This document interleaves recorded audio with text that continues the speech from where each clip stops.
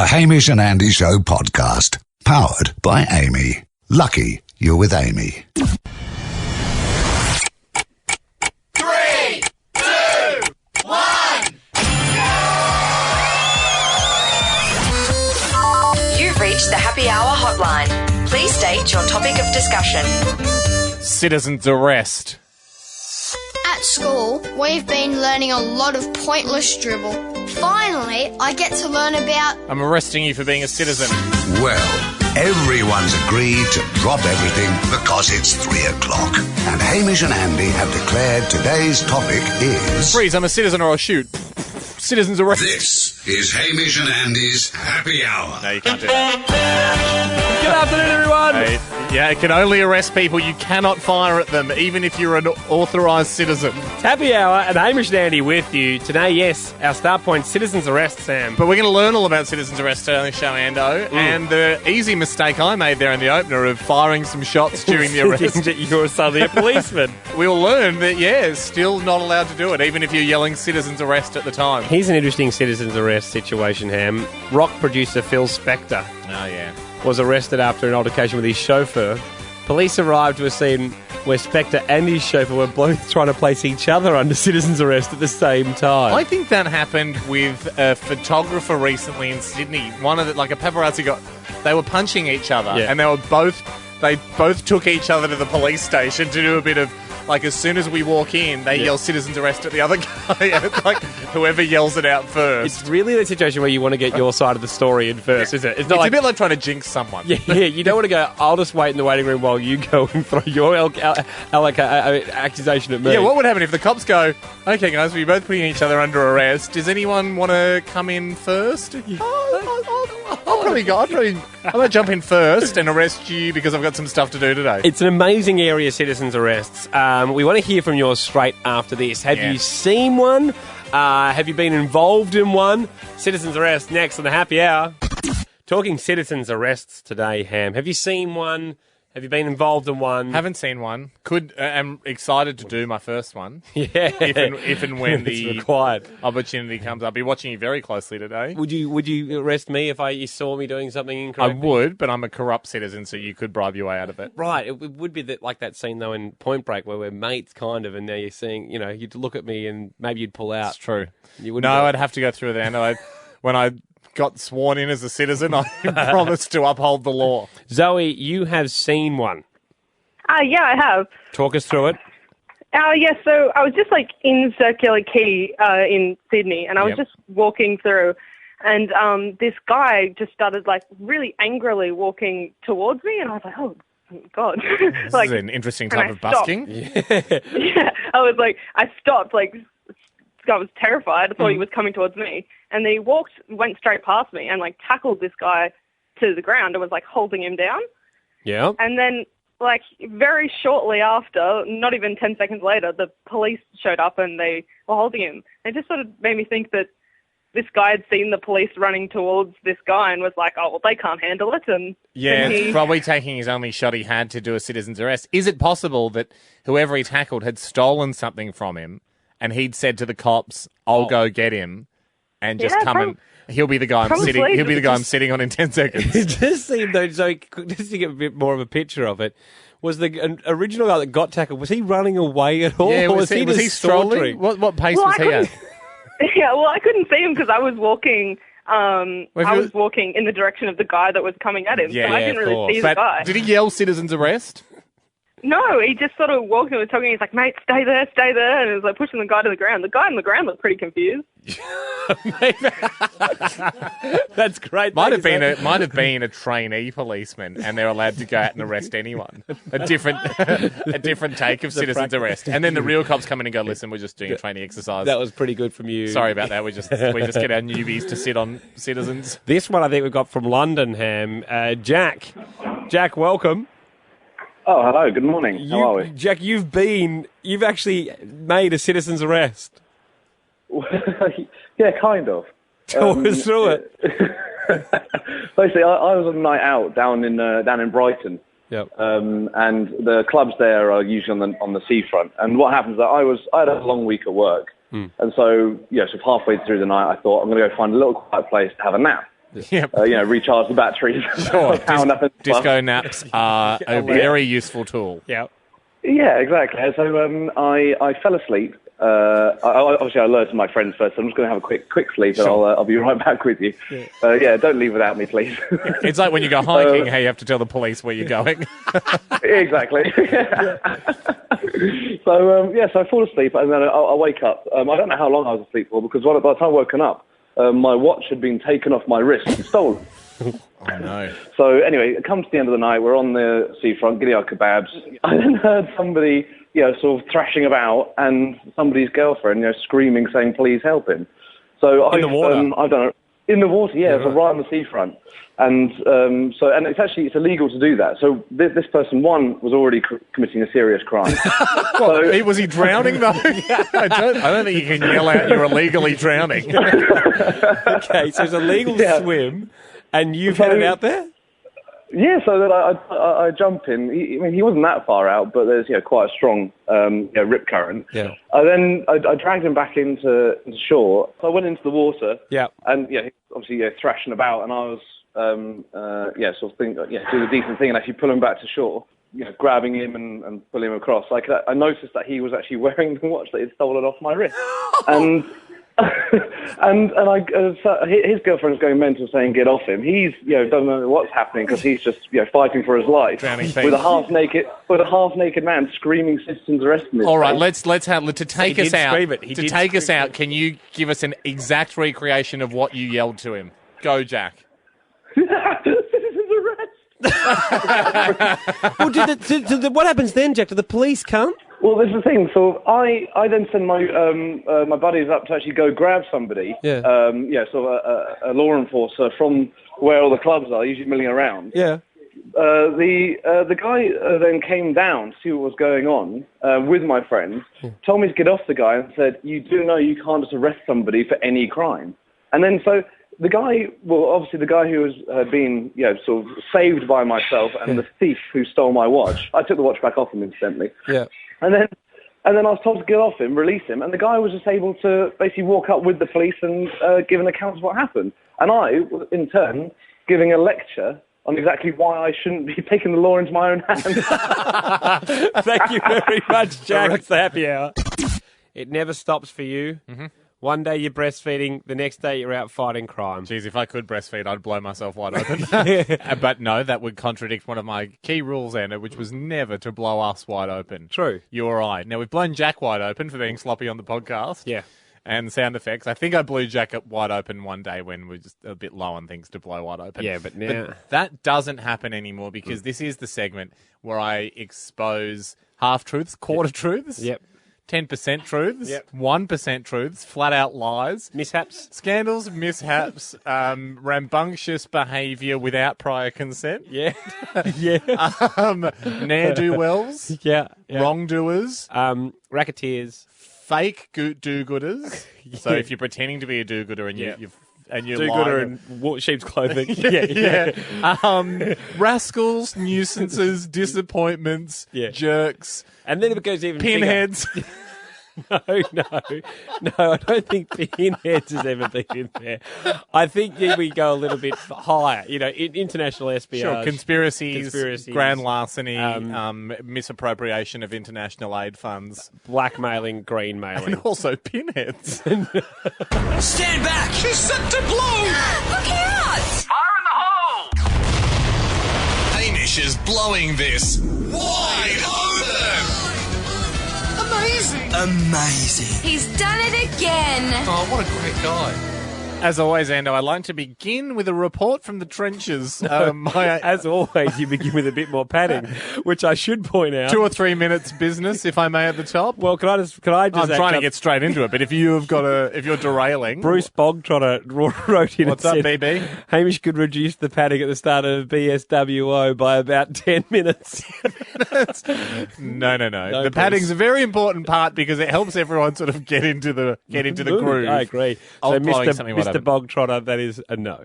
Here's the thing, Ando. As I mention each week, I am one man. I'm a bit like Batman, but without the budget. I'm trying to bring down a whole goddamn city of corruption. And you got no Morgan Freeman. I don't have Alfred. Arthur. Yeah, Don't even have Arthur, his childhood friend, who would never make him any gadgets, but would sometimes bring over biscuits if he was working late into the evening, which Batman regarded as quite a help. Yeah, exactly. So I got no Arthur the biscuit friend. Yeah. I got no one, and that's why I need the people. One such person. This is international. His name's Cormac. He's in Belfast. He calls himself the janitor because he's cleaning up society. And probably we need a representative in that part of the world. He's given me a tickle of a thing he's working on. Yeah. He says, "Look, So this isn't the full report. this is the full report. I'm just the teaser of perhaps if Cormac can crack this case in weeks to come." And I've This got is like Arthur bringing out a biscuit recipe. this is recipe, and then so this is Batman can look forward to. This is Batman though saying to Arthur, "Be very careful when you bake these biscuits because this is a dangerous." This is a dangerous biscuit to bake. Yeah, okay, sure. This is the most dangerous biscuit on the planet. What's his taste? He's Cormac.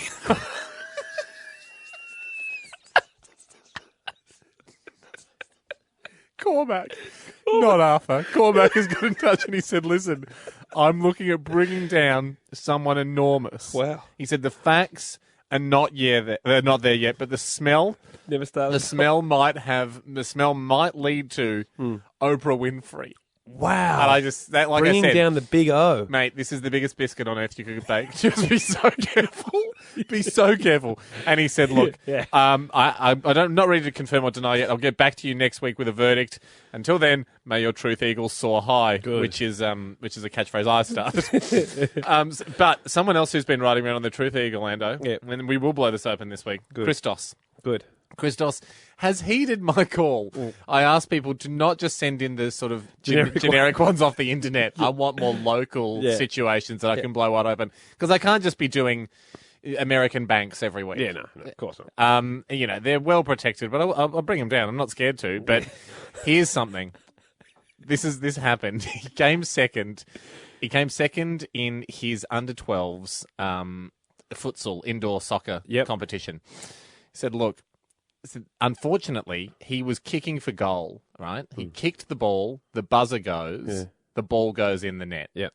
The referee disallowed the goal because he said, no, the ball went in after the buzzer. Yep.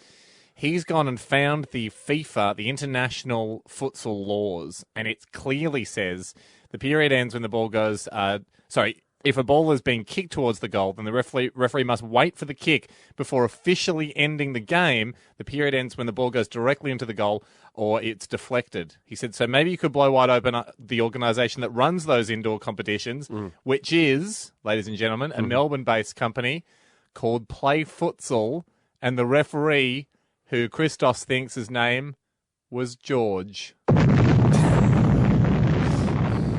Wow. You give Christos that win. Well, no, because I think the situation, not to keep going here, but in lower levels of futsal, you just have to go off the scoreboard countdown, where in higher levels, the umpire keeps a score. You give Christos that win, please, George. And that, see what I did there? Went against a ref. Wow. Tore down a ref. But also, Oprah is probably a bigger fish than George the referee. It's the happy hour. Wanted to get a few insights from you with regard to the insect world. You'll never get insights into me, Ando. I'm a closed and locked book hidden at the back of the library with a different dust jacket on.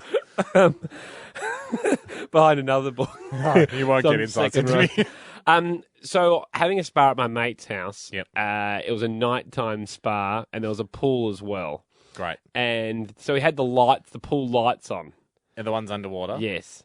Exotic. Death trap. Was this friend of yours named Hugh Hefner? No, he wasn't. Death trap for moths. Because they get attracted to the lights. They get attracted to the light. They're idiots. And they would flying into the pool, hoping to get to the light. Don't know what attracts them. Well, if any moth, anytime I see a moth just bounce, like at home, if you say you're out in the porch or something, you got your outside light on, you see a moth banging, like we've got an exposed globe. It's not a fancy light. It's just, basic. And they just ram into the globe, then ram back again. So you go, you've had it. You've got whatever it was that the thrill that was looking for. You just had it. Yeah. It obviously wasn't great because you're back for more. Yeah. Now you've had it again. Stop trying to get it. Exactly.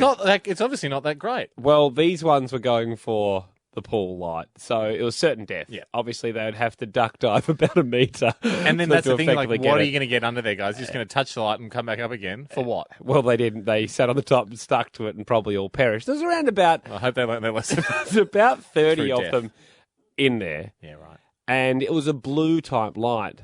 And I was looking up, and it was a full moon that day. Yeah. And I thought, do any moths ever look up in the sky and go, I think that's what they're trying to do. there's a light? And fly to the moon. Well, I think that is actually why the moths are doing it. Because they think it's the moon? They're But like, why would they want to get to the moon?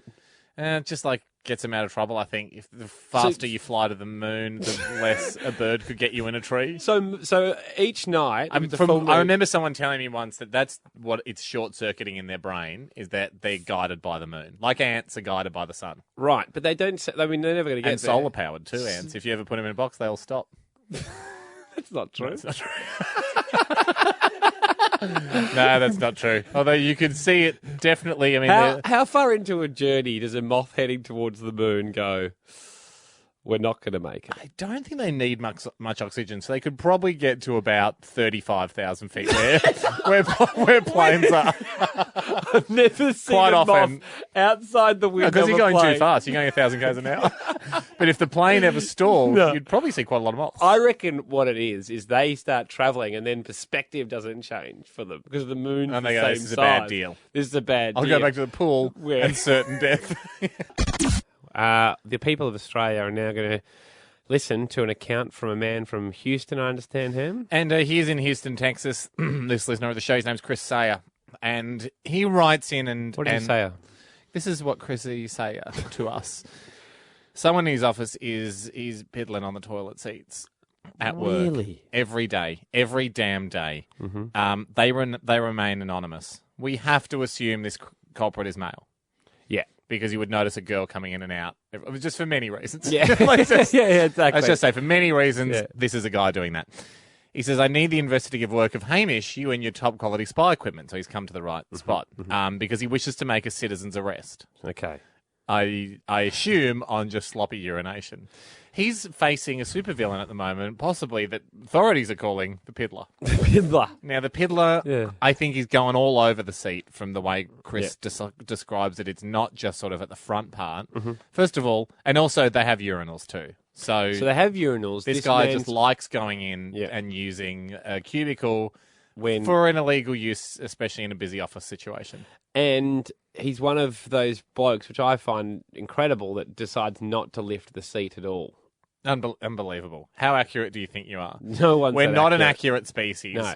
You don't need to up the difficulty stakes by having the seat down. Yeah. Lift it up, go wide. Yeah. And if you get better, then you can pee with the seat down. So- Only after you have gone at, like you're getting a gun license. Yep. You've gone to the cops and you've done a 6-day course showing them that you can pee accurately. Yep. And you get a certificate you can carry in your wallet that allows, like a license that allows you to pee with the seat down. They proved that for toilet training for young'uns, Ham, you put a ping pong ball Yep. in the toilet, Yep. and they aim at that. Yep. And you can give it some top spin. Obviously, you can't do that in the workworkplace because you go through too many ping pong balls with people obviously But flushing it doesn't flush. That's the Yeah, beauty but of the then ping if pong people ball. go in for a number 2, Sure. I don't. You can sink it. Hit and destroy. yeah. And I just, I just don't think that's great No, it's definitely not great. to have that hanging. Even if it does Could choose you- to hang around, if it does choose to hang around after what's hit it, it's not going to. I don't mind suggesting this to Chris. Yeah, okay. Because also, what we're faced with here is a question of, do we just name and shame this guy who might have a problem, an accuracy problem, or do you put in place facilities to help them? Yeah. You know, not all of policing is just about locking up the culprit. Sometimes you have to help these people that can't help themselves. We do the ping pong ball. We tell him, you put a ping pong ball in every cubicle. Yeah. You also get a small goldfish net that you put a nail on the cubicle wall and you hang the net. You have a sign that says, if doing number 2, scoop out.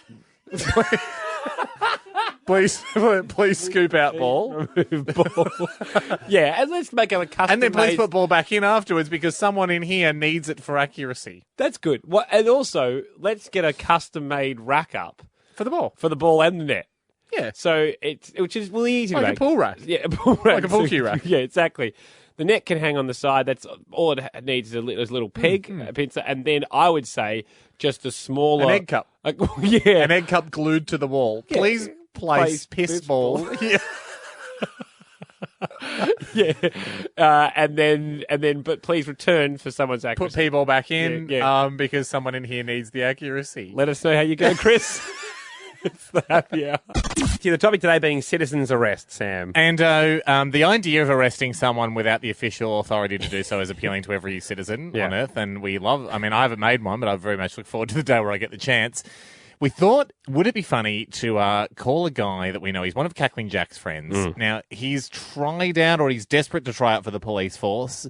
Fair to say that Jackson is keen to be a cop. Yeah, and he likes to know all the rules. Like he'll know as much as a cop right now, even though he isn't one yet. Yeah, he's basically a policeman in all but the very critical badge and official aspect. Thought if you call him, Ando, and you say, look, someone's seen you jaywalk, giving you a citizen's arrest. The citizens arrested you, but you hopped in your car and you drove off. If you call him from a collections agency, you go, look, we're still chasing the fine. Yep. I just feel like that's the kind of call that he will kick off on because he... So will he? I mean, he might even... I'd be surprised we get it anywhere. I mean, I'd be surprised if he get anything because he'll know the rules. He'll know the rules better than we're just making them up in our heads now. But he's just, for me, I find him hilarious because he's basically decided he's a policeman and just getting the badge and the gun's a formality at this stage. All right. Are you right? So you've got the number. Because I really feel like we're stirring a hornet's nest here. Yeah, I'll be from Anderson's Collections Agency. It's for good cause because it's for a laugh.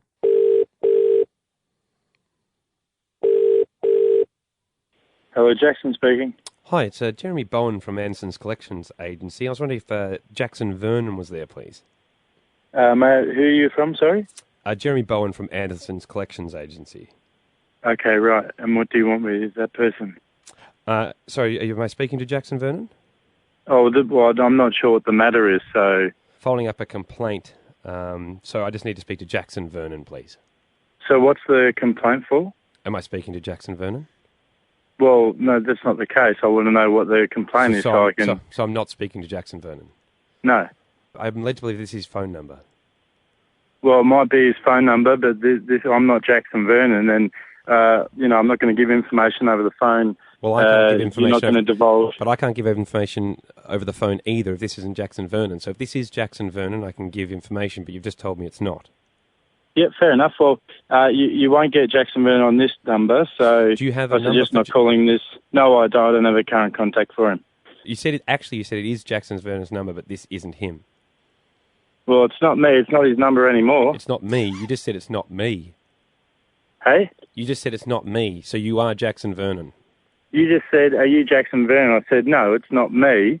No. As in, it's not Jackson Vernon. I didn't... So this isn't his number. I'm not sure what the matter is. That's incorrect. So that's incorrect. What I'm trying to say. I don't know why you've called me and trying to argue with me. I've called you following up a complaint with regards to a stocky blonde-haired male in the Fitzroy area who's believed to have walked to a vehicle with a number plate ZGF. I believe that's Jackson Vernon's number plate. And that's why I have to follow up this complaint with him. So if this isn't Jackson Vernon, who am I speaking to? Well, I'm not going to give my information over the phone. What's your name? I don't know the matter. You answered it as Jackson, though. So is your name Jackson but not Vernon? Well, I don't know. I'm not going to give private information regarding who I am to someone I don't even... You could be posing as anyone over the phone, mate. I doubt that very much. Well, with all due respect, why would I waste the time? Why would I waste the time to try and pose as someone else? Well, I don't know who you are. I'm not going to give my private information over the phone. But you do know Jackson Vernon. It's Jeremy Bowen. How well do you know him? Do you know him because you look at him in the mirror and it's him and it's you? Jeremy Bowen. And so what company are you calling from? Anderson's Collections Agency. Anderson's Collections Agency. No worries, I'll make some inquiries and hopefully... Before you go, I believe that you jaywalked Johnson Street and Fitzroy Street, that corner, towards a white ute. Oh, okay, yeah. The citizen saw you, placed a citizen's arrest. This has been processed, and there's a on-the-spot fine of $60 that you haven't paid yet that I'm trying to follow up. Okay. Well, I'll speak to your mate Andy, But, well. Who are we talking to, Jackson? Exactly. How are you going there, God. Jack? G'day, everyone. Oh, I can stop being defensive now. What an amazing situation for us all listening to that, with you vehemently denying you were Jackson Vernon. Oh, my God. I think my favourite part was, it's not me. Yeah, look, you definitely got me there. I was like, oh, just backpedal and just talk over him, and hopefully he'll forget.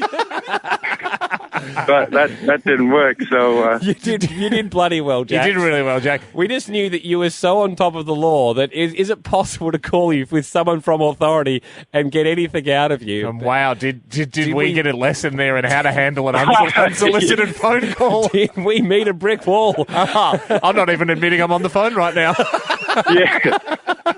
Yeah, just please leave your message after the beep. I really wanted you to give another name, though. Yeah. Oh, quick, on the spot, think of a fake name. Go. Chris Anderson. Jax, you're not in trouble at all. Pretty good, although Andy did call from Anderson's collection agency. Nah, we're going to let you off that one, mate. No citizen's arrest. See ya. Oh, thank you. Bye.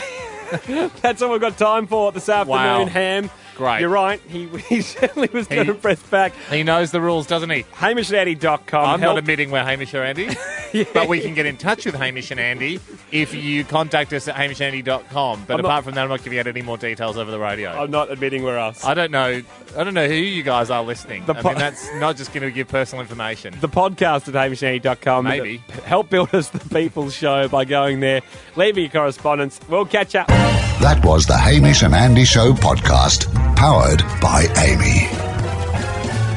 Lucky you're with Amy.